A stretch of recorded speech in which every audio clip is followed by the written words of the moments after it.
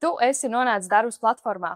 Ko darīt tālāk? Lai atrastu īstos darbiniekus savam uzņēmumam, pirmais solis ir izveidot uzņēmuma profilu. Kad profils ir gatavs, laiks ievietot savas vakances.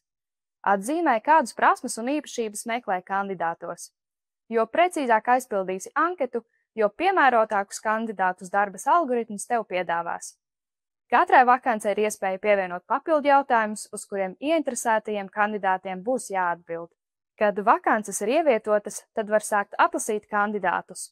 Izvērtē katru profilu un atzīmē to ar jā, nē, vai varbūt, ja vēl vēlies nedaudz par kandidātu padomāt. Ja tev patiks kandidāts un kandidātam patiks vakance, tad veidosies sadarība.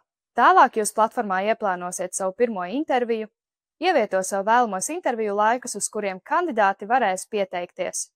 Pēdējais solis ir sagatavoties intervijai un pieslēgties zvanam.